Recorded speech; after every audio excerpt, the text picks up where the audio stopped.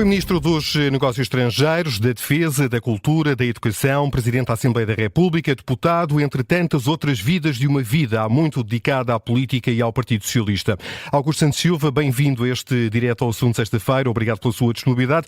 A coincidir com o dia limite para a entrega de propostas de alteração ao Orçamento do Estado para o próximo ano. Ora, depois de uma intensa discussão e negociação em torno da descida do IRC, o PSD fez há pouco saber que, caso a descida de um ponto percentual seja chumbada em sede de especialidade, a AD vai submeter a votação uma proposta de descida de 2 pontos, que era de resto a proposta inicial do Governo. Antecipa que a discussão na especialidade possa abrir caminho a uma ruptura que ponha em causa o compromisso do PS de viabilizar o orçamento na votação final global, ou é para si um cenário que não se coloca?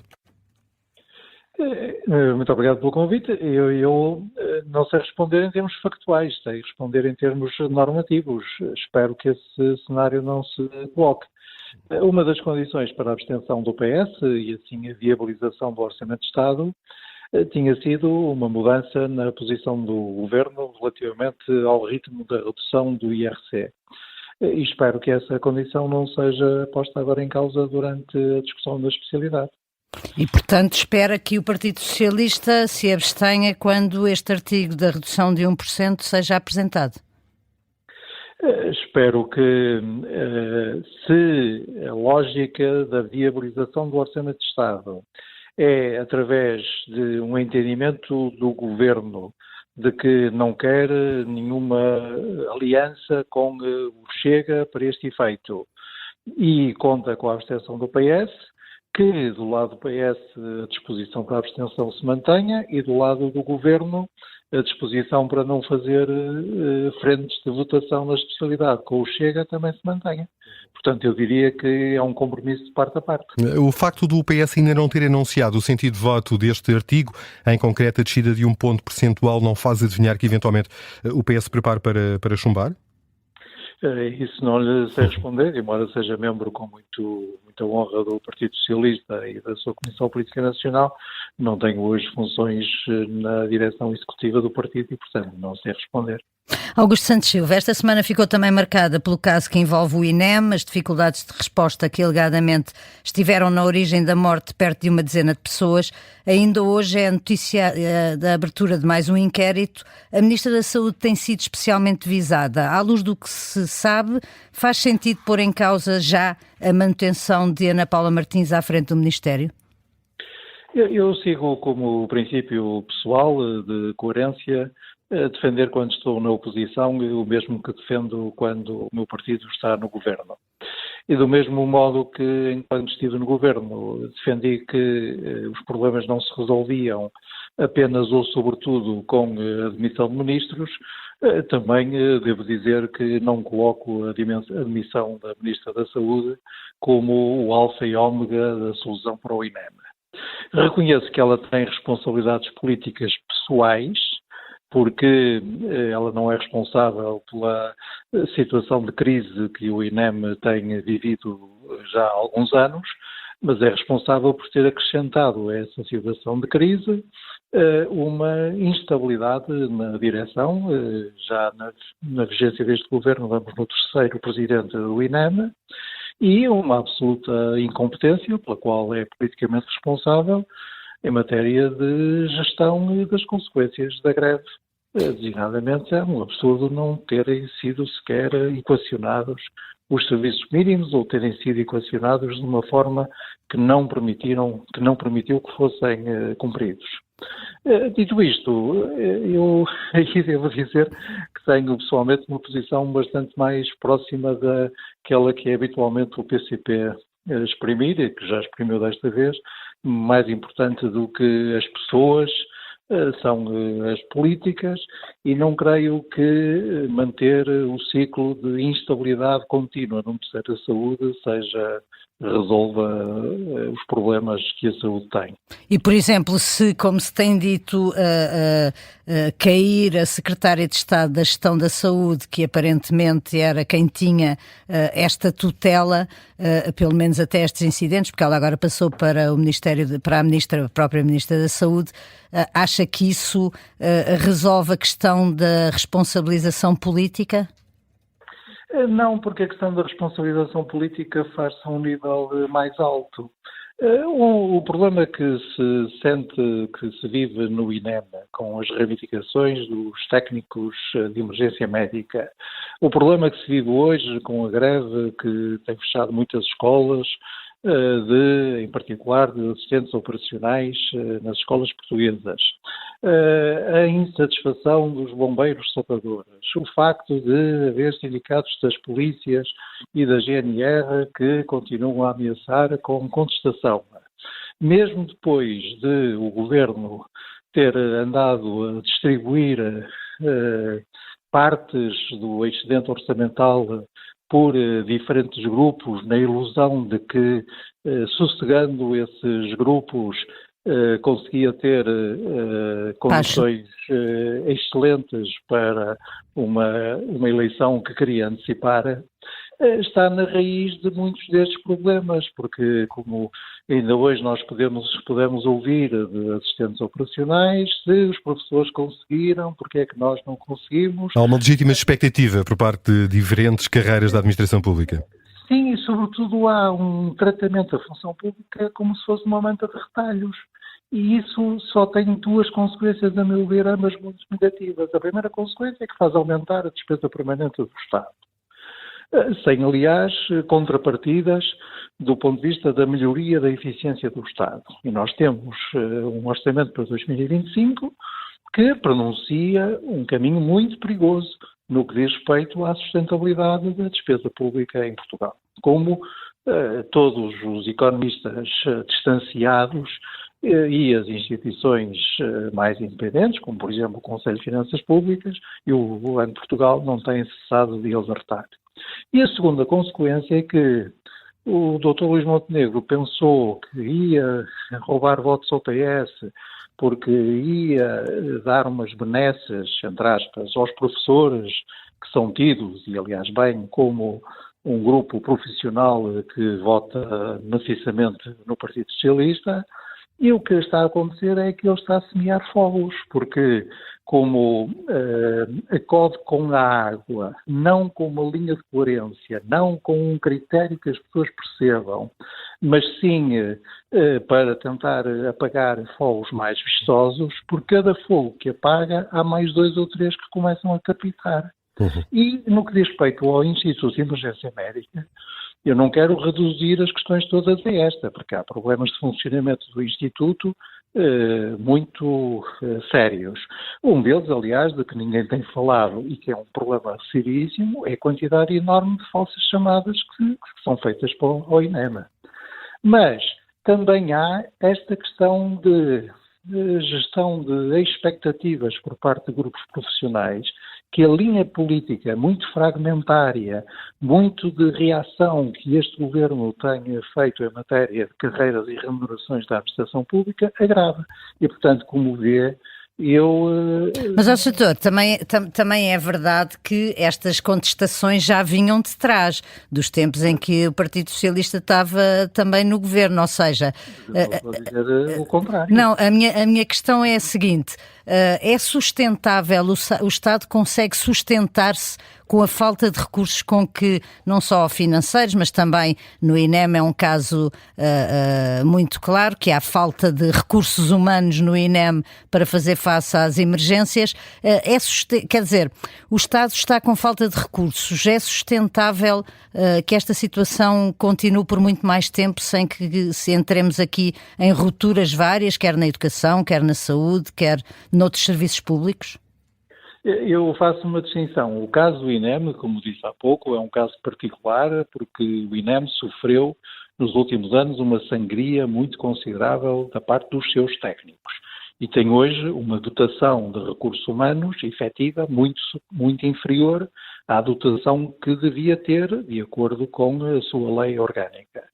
Agora, no caso geral da administração pública, devo dizer que não me parece que nós tenhamos funcionários públicos a menos. Eles cresceram muito nos últimos anos, estarão hoje na ordem dos 750 mil e também não me parece que o Estado, que a administração pública esteja carente de recursos financeiros para além dos recursos humanos.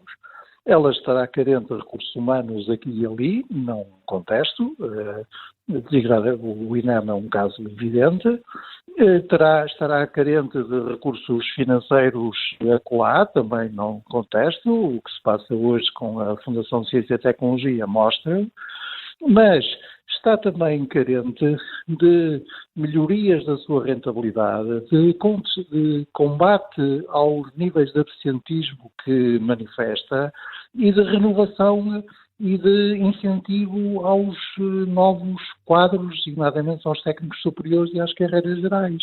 E, portanto, um governo que tenha medo de enfrentar estas questões e que prefira ir tratando dos grupos que lhe parece mais vocais nas reivindicações ou mais estratégicos do ponto de vista eleitoral, é um governo que, na minha opinião, pode ter vantagem aqui e ali, como este governo teve no princípio, mas rapidamente perde essa vantagem porque a sua coerência estratégica é muito fraca, na minha opinião. Só estou a dar a minha opinião. Para além deste caso do INEM, as águas na última semana foram também agitadas pelo artigo de opinião assinado por António Costa a pretexto da posição assumida por Ricardo Leão em relação aos despejos de inquilinos de casas municipais que tenham cometido crimes. Um artigo em defesa da honra do PS. Era necessário aquele artigo? São justas as críticas feitas pelo antigo secretário-geral socialista? Sim, era necessário e este debate interno ao PS e que se faz na praça pública é um debate que, na minha opinião, é bastante saudável. Aliás, gostaria também de saudar o artigo do Ricardo Leão, o Presidente da Câmara de Louros, na última quinta-feira, creio eu, ou quarta-feira, no Público, com os esclarecimentos que dá e também com o sublinhado que faz, que é: nós temos também que olhar para os bairros sociais do ponto de vista da segurança de quem lá vive. Aliás, noto como uma nota curiosa o seguinte: como é sabido, a bancada do Chega na Assembleia Municipal de Louros apresentou uma recomendação que, erradamente, na minha opinião, associava a presença das famílias na habitação social camarária com eventuais crimes cometidos por algum membro dessas famílias. O PS e o PSD votaram a favor dessa recomendação. No PS, isso desencadeou uma discussão interna e na praça pública muito acesa e muito clara. No PSD, nada.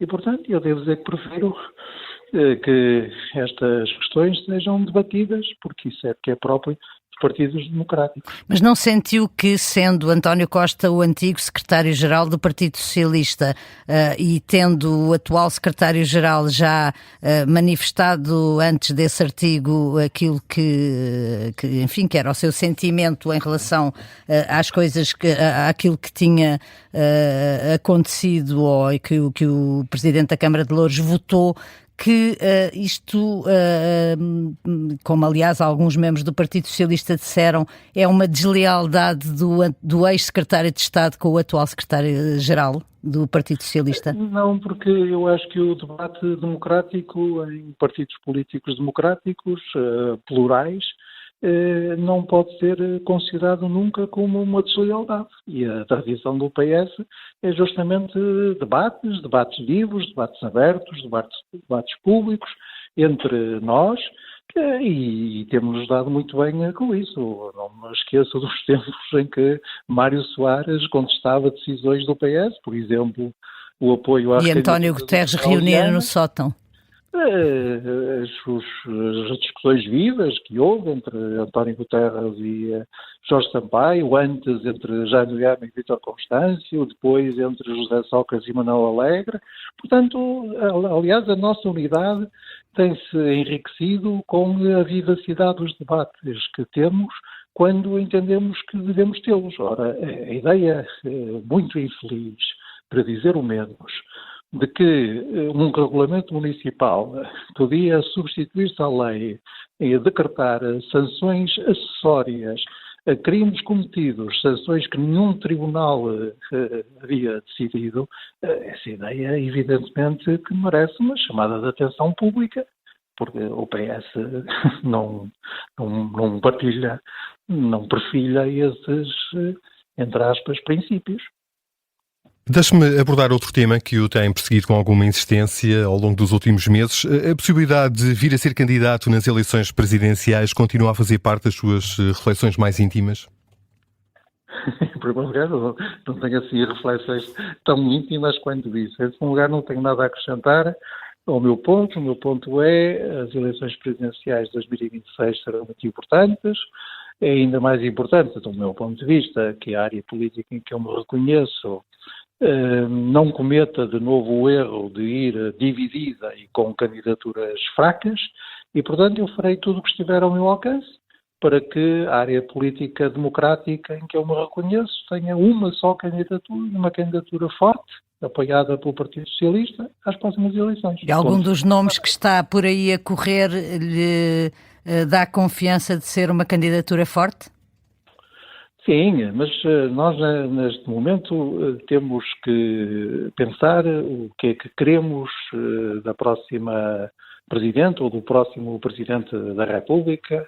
Teremos todo o ano 2025 para pensar maduramente os melhores nomes, quer para o exercício do cargo, quer para a candidatura que precede o exercício do cargo.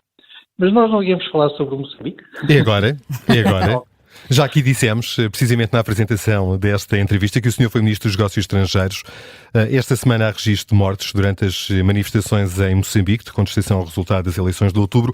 Maria João Avilés criticava há uns dias aqui no Observador o que define como o espécie-silêncio do governo português em relação ao que está a passar em Moçambique.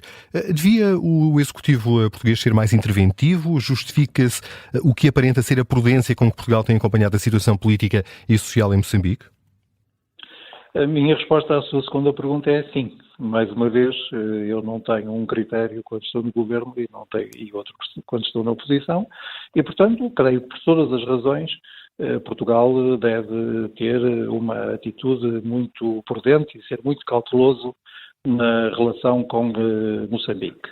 Por todas as razões, que tem a ver, em primeiro lugar, porque nós somos a antiga potência colonizadora, portanto, se há país que tem que mostrar respeito escrupuloso pela soberania de Moçambique e pelas suas questões internas, é Portugal, porque temos muitos interesses em Moçambique, quer de pessoas, quer de investimentos, porque temos uma relação bilateral excelente com Moçambique, seja com as autoridades, seja a relação povo a povo, porque fazemos parte da mesma comunidade, etc, etc, etc. Dito isto, prudência não quer dizer desinteresse, não quer dizer indiferença. E, portanto, o Presidente da República, Marcelo Rebelo de Sousa, o Presidente da República fez o que devia quando exprimiu a sua preocupação com o que estava passando em Moçambique. O Governo teve também posições no mesmo sentido. Não tenho nenhuma objeção a fazer. Aliás, creio que este é um daqueles casos em que se justifica que o Governo e o Presidente tenham uma posição mais recuada e mais cautelosa e que, ao nível do Parlamento, as posições possam ser um pouco mais explícitas.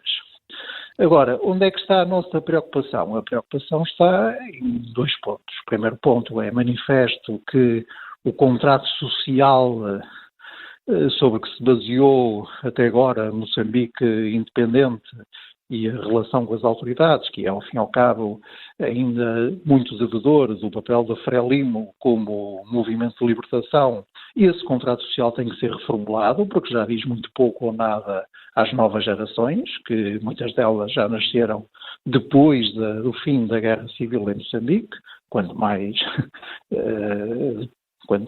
antes, não é?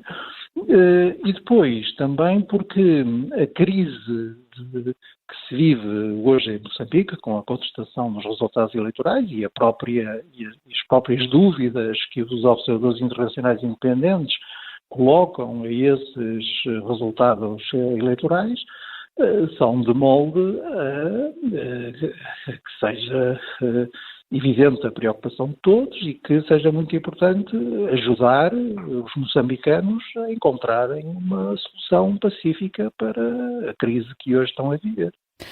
Só muito rapidamente, o nosso tempo também está a chegar ao fim. Queria lhe perguntar, agora que já não é Ministro dos Negócios Estrangeiros e está a ver numa outra circunstância o que se está a passar, se teme um retrocesso em Moçambique e o regresso até de divisões que possam resultar num conflito mais aceso em Moçambique. Não estou a querer falar de guerra, mas, enfim, algo que possa levar a esse caminho.